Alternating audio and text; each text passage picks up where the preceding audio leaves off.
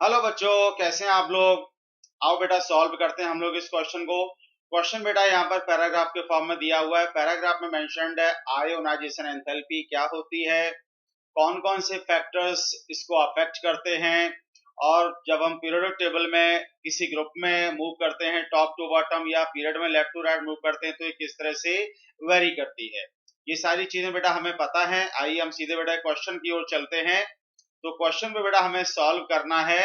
आइए, तो क्वेश्चन दिया हुआ बेटा यहाँ पर, which of the order for ionisation energy is correct. चार बेटा यहाँ पर ऑर्डर दे रखे हैं और हमें करेक्ट ऑर्डर बताना किसका, आयोनाइजेशन एनर्जी का। एलिमेंट्स बेटा यहाँ पर है, बेरिलियम है, बोरॉन है, कार्बन है, नाइट्रोजन है, ऑक्सीजन है। आइए बात कर लेते हैं बेटा। ये सभी एलिमेंट्स सेकंड पीरियड के एलिमेंट्स हैं। सेकंड पीरियड के जो एलिमेंट्स हैं, तो पहला एलिमेंट बेटा जो होता है वो लिथियम होता है। लिथियम मेंशन्ड है नहीं यहाँ पर, तो बेरिलियम को लिया गया है। उसके बाद आता है बेटा बोरॉन, उसके बाद आता है कार्बन, उसके बाद आता है नाइट्रोजन, उसके बाद आता है बेटा ऑक्सीजन। एटॉमिक नंबर आपको पता है, बेरिलियम का होता है 4, इसका होता है 5, कार्बन का 6, नाइट्रोजन का 7, ऑक्सीजन का 8। तो ये बेटा इनके एटॉमिक नंबर हैं। आप जानते हैं कि जैसे जैसे हम पीरियड में लेफ्ट टू राइट मूव करते हैं एटॉमिक नंबर इंक्रीज होता है, लेकिन नंबर ऑफ शेल्स सेम रहती है, कांस्टेंट रहती है। तो एटॉमिक नंबर जब इंक्रीज होता है तो नया जो इलेक्ट्रॉन है वो सेम सेल में ऐड होता है, उसी सेल में ऐड होता है, नए सेल में इलेक्ट्रॉन एंटर नहीं करता है। लेकिन जैसे जैसे हम लेफ्ट टू राइट मूव करते हैं वैसे वैसे क्या होता है, इफेक्टिव न्यूक्लियर चार्ज बढ़ता जाता है। जो जो हमारा Z इफेक्टिव है, इफेक्टिव न्यूक्लियर चार्ज है, वो इंक्रीज होता चला जाता है। नंबर ऑफ शेल मतलब न्यूक्लियस से आउटर मोस्ट शेल की डिस्टेंस तो बढ़ नहीं रही है, लेकिन Z इफेक्टिव इंक्रीज हो रहा है। तो रिजल्ट क्या होगा, डिक्रीज और contraction in the size of the atom. तो बेटा हम जैसे जैसे पीरियड में लेफ्ट टू राइट मूव करते हैं साइज में क्या होता है बेटा, कॉन्ट्रैक्शन होता है। ठीक है, तो सबसे बड़ा साइज होगा बेटा बेरिलियम का, उससे स्मॉल बोरॉन, उससे स्मॉल कार्बन, उससे स्मॉल नाइट्रोजन, सबसे स्मॉल ऑक्सीजन। मतलब बेटा साइज का इनका जो ऑर्डर होना चाहिए, तो साइज का ऑर्डर तो बेटा देखो इस तरह से आएगा। यहाँ पर सबसे बड़ा बेरिलियम होगा, उससे छोटा बोरॉन होगा, उससे छोटा कार्बन होगा, देन नाइट्रोजन, देन ऑक्सीजन, ये आना चाहिए। तो जिसका साइज छोटा है, अब अगर हम बात करें यहाँ पर आयोनाइजेशन एंथैल्पी की, ठीक है ना, तो आयोनाइजेशन क्या होता है, साइज और आयोनाइजेशन एंथैल्पी में relation inversely proportional to size.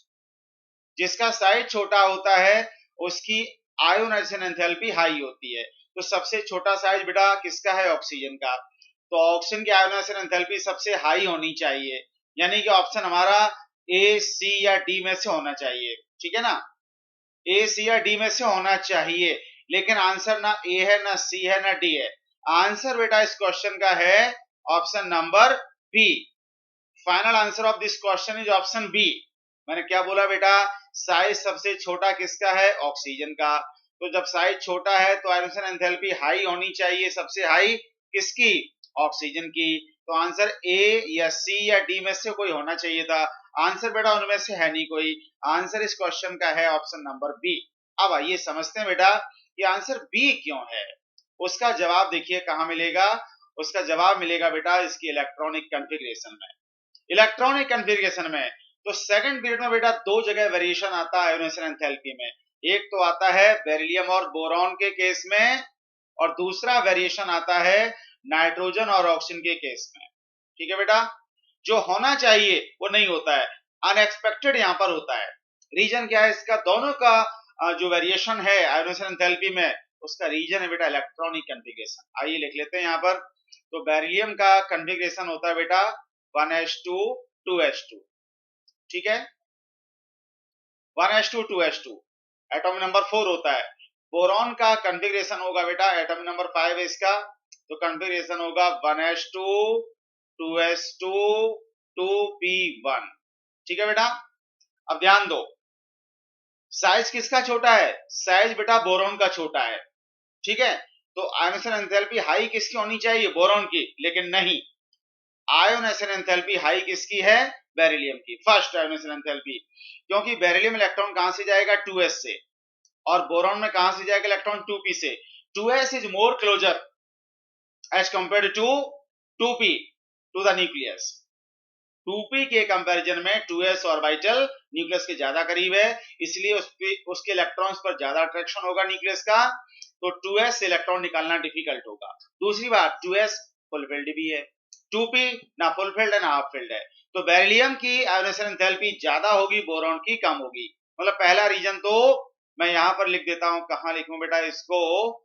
मैं सबसे यहां नीचे लिखता हूं, बोरॉन से ज्यादा होगी बेटा बेरिलियम की, ठीक है ना। उसके बाद चलते हैं, उसके बाद क्या आता है फिर? बोरॉन और बेरिलियम में हो गया एक्सेप्शन, फिर कार्बन। कार्बन की तो ज्यादा होगी ही बेरिलियम से, क्योंकि साइज उसका छोटा है। अब हम आगे चलते हैं, दूसरा एक्सेप्शन बेटा नाइट्रोजन एंड ऑक्सीजन में है, तो चल इनका भी इलेक्ट्रॉनिक कन्फिगरेशन हम लोग बेटा लिख लेते हैं। तो नाइट्रोजन का बेटा कन्फिगरेशन होता है, एटॉमिक नंबर 7 है, तो कन्फिगरेशन होगा 1s2 2s2 2p3, ठीक है बेटा।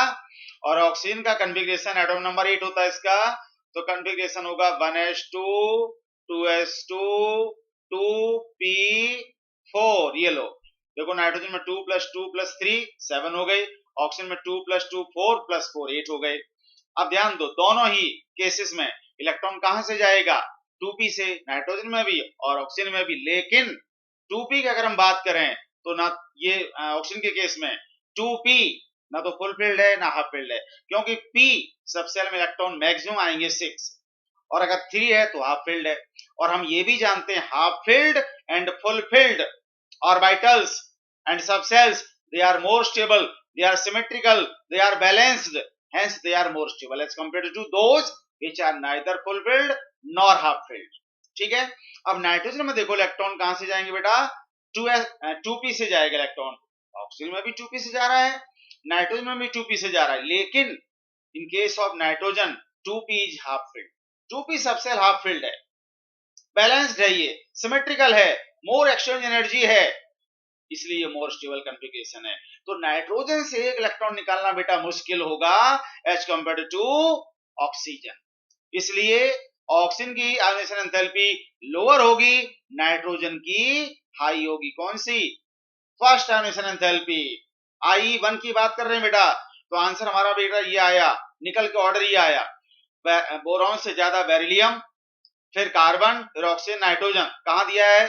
Boron, then beryllium, then carbon, then oxygen, then nitrogen, option B में दिया हुआ है। So final answer of this question is option number B.